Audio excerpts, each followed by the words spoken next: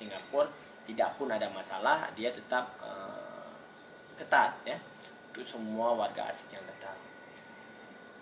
Memang di ASEAN ini paling ketat adalah Singapura ya, daripada warga negara-negara lain di ASEAN, paling ketat Singapura untuk masuk.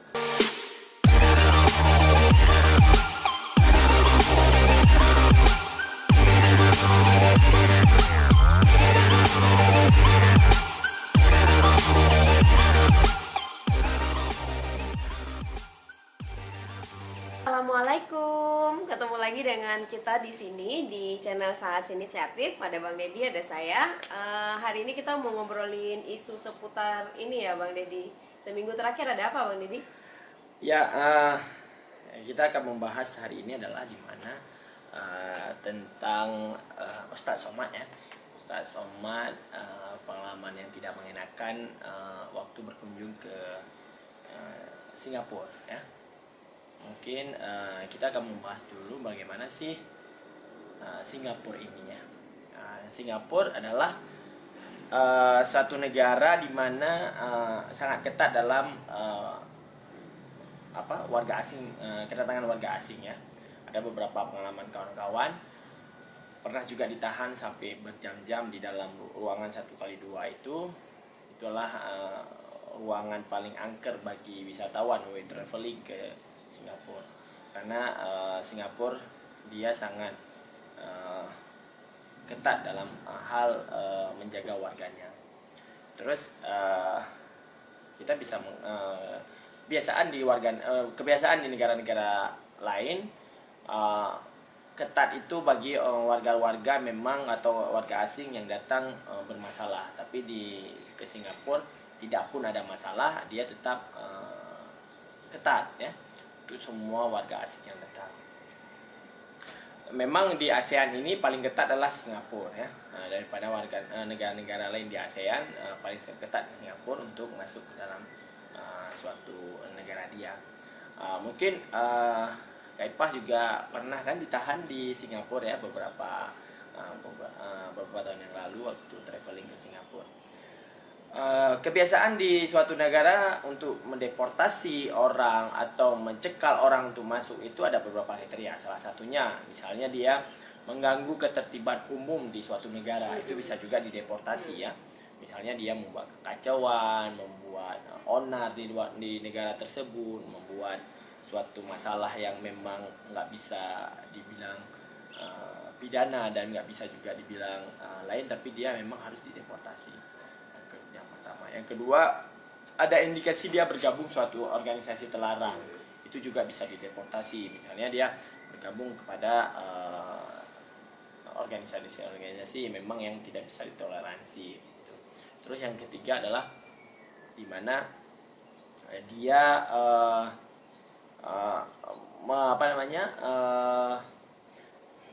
Singapura menganggap atau suatu negara itu menganggap bahwa dia itu dicekal atau di warning atau di suatu peringatan oleh negara tersebut. Misalnya dia warga negara Indonesia, berarti pemerintah Indonesia sudah mengeluarkan bahwa dia ini adalah orang yang memang yang harus diwaspadai gitu ya. Dan ada beberapa kriteria lain yang memang harus yang ada di dalam buku pedoman itu adalah yang wajib dideportasi. Begitulah yang di suatu negara memang yang harus deportasi. Tapi kasusnya Ustadz Somad ini bukan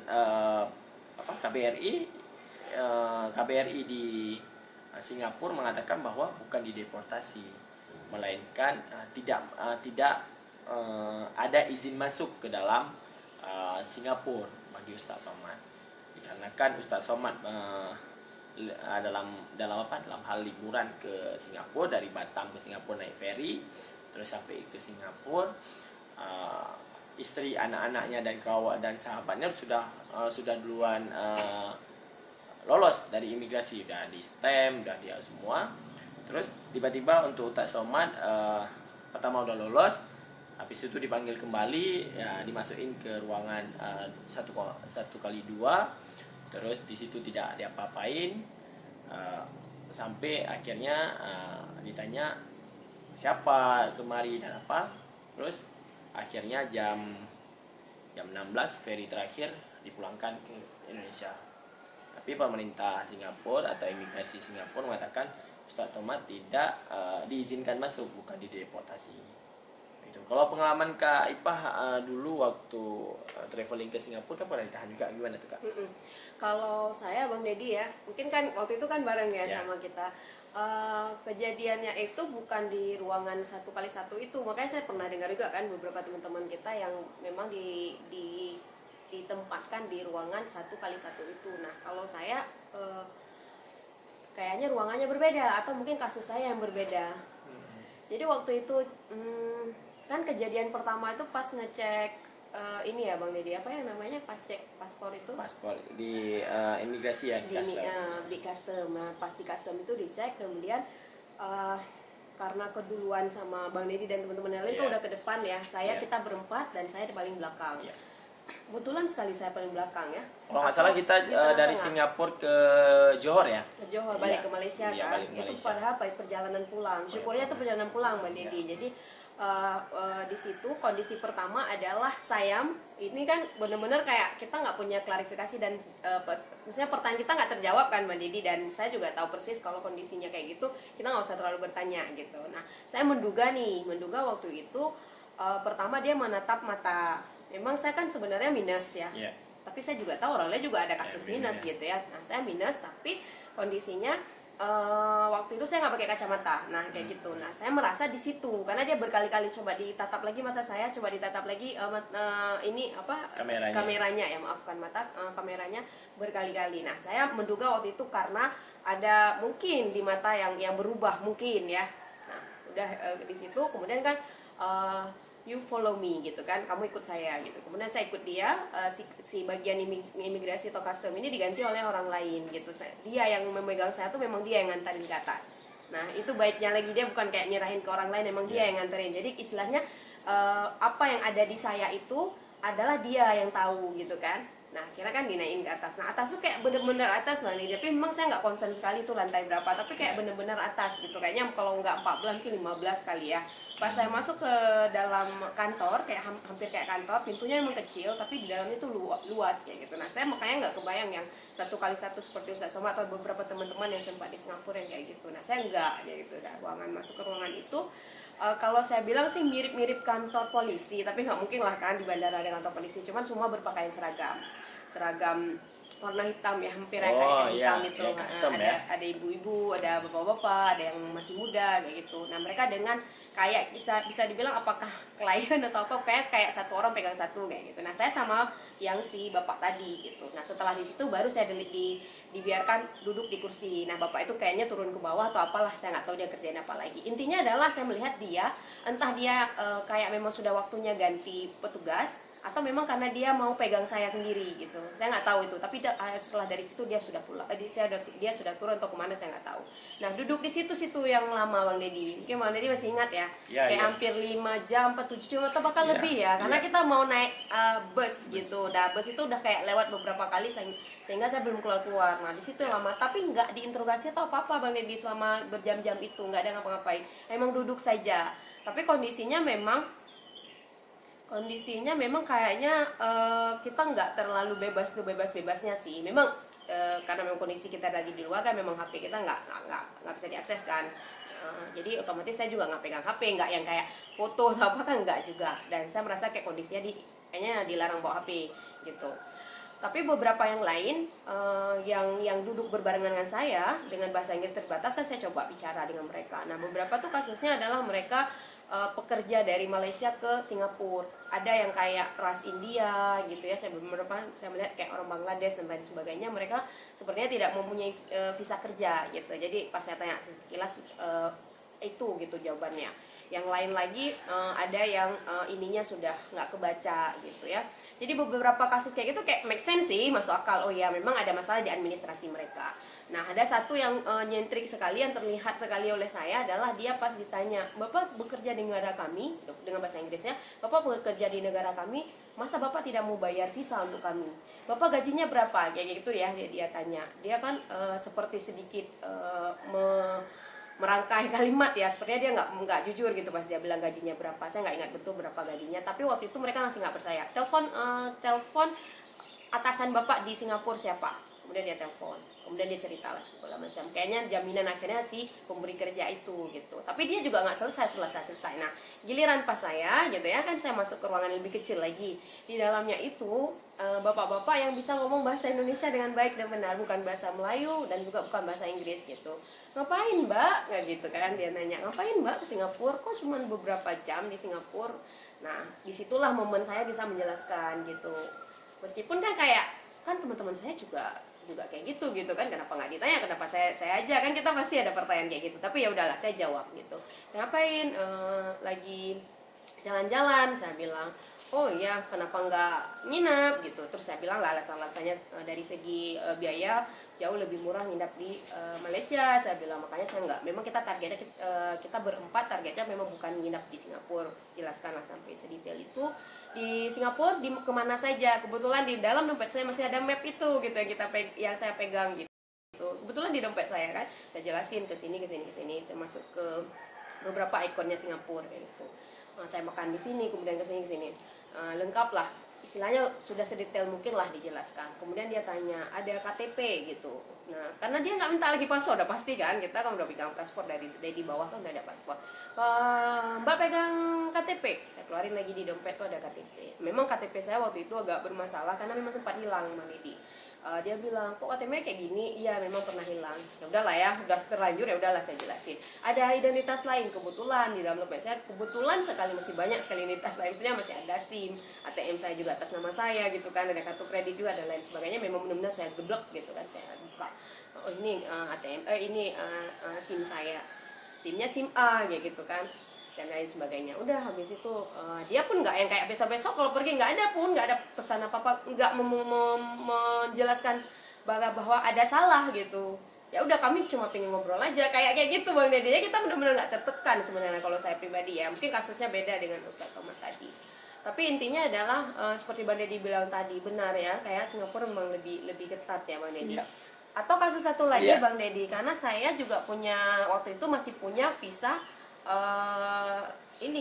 masuk ke Rusia.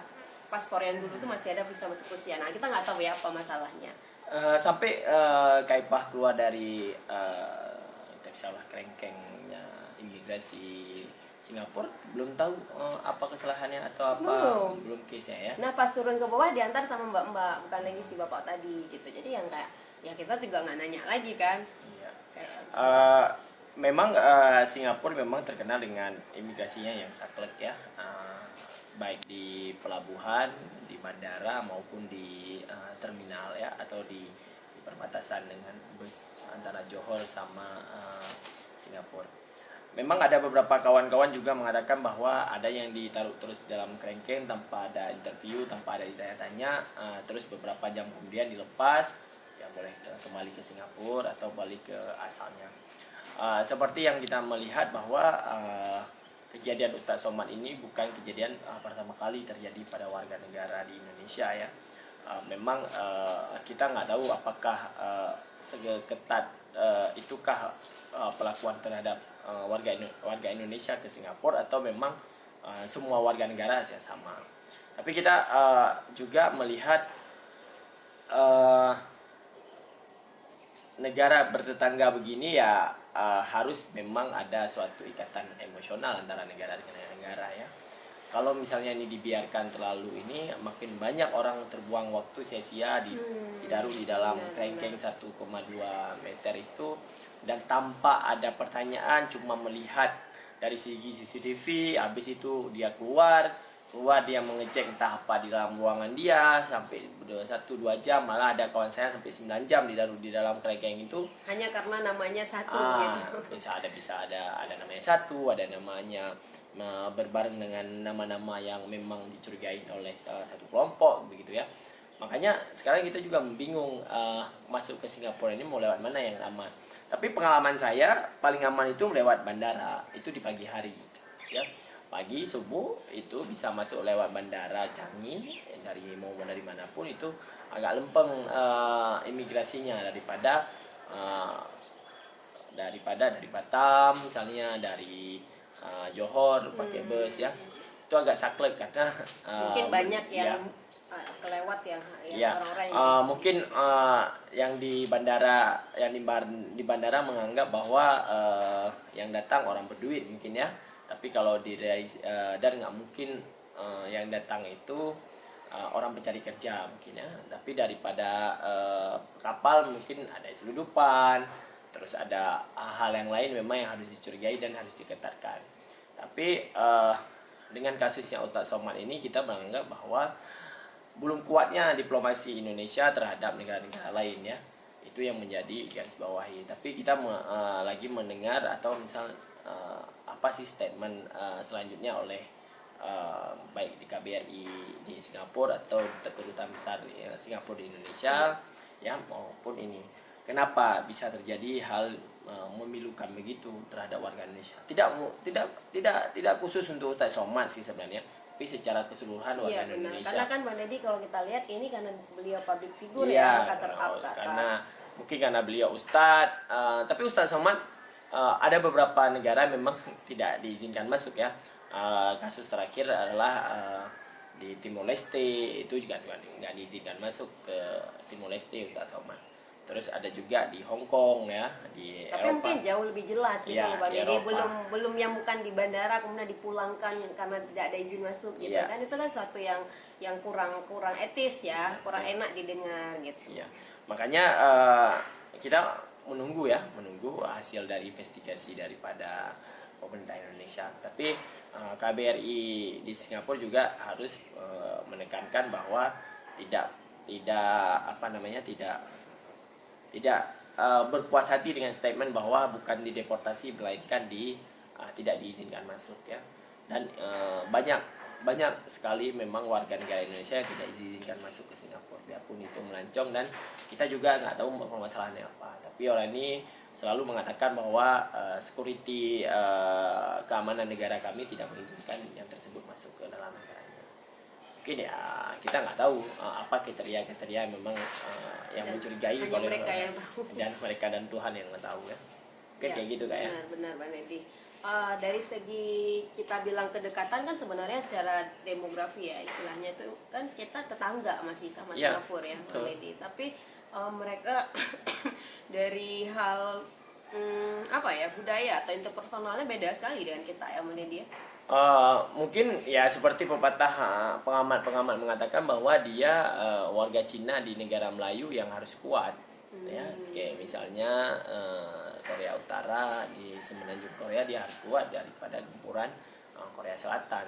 Terus Israel di dataran Timur Tengah, di tengah-tengah gurun pasir Arab dia harus kuat juga daripada gempuran bangsa Arab. Ya, dia juga mayoritas Cina dan atau Tionghoa atau keturunan Cina yang harus kuat di dalam tanah Melayu kan, jadi kumpulan orang-orang Melayu. Nah, begitulah beberapa statement yang mengatakan begitu. Tapi dengan kemitraan ASEAN dan kemitraan antar bangsa ya harus dibenahi ya. Kenapa warga negara Singapura masuk ke Indonesia lempeng-lempeng aja, kenapa kita nggak bisa begitu kan begitu ya, harus kuat lagi diplomasi yang handal daripada diplomat kita. Mungkin gitu Kak. Mungkin gitu ya Bang Deddy, karena kan sistemnya mereka udah dibentuk gitu, bentuknya seperti itu gitu ya, jadi semua elemen yang ada di dalamnya juga support gitu. Sebenarnya sistem sama karena kan imigrasi itu ada namanya imigrasi internasional, ada imigrasi ini ya. Tapi bukan soal sistemnya ya, tapi memang di negara tersebut mempunyai pengamanan yang lebih ketat daripada warga negara asing. Mau warga Indonesia maupun warga negara lain. Meski lembar checklistnya sama sebenarnya ya, memakai apa, tidak boleh memakai apa. Ya, sebenarnya sama, tapi kan perlakuan terhadap warga negaranya malah berbeda. Semoga jadi ini ya teman-teman Sahas Inisiatif bisa jadi insight ataupun pengetahuan baru ya tentang tata cara masuk ke negara lain, terutama Singapura itu seperti apa. Pengalaman ini semoga bisa menjadi ilmu yang bermanfaat buat teman-teman yang menonton. Makasih ya udah ngikutin, sampai jumpa di video selanjutnya. Assalamualaikum.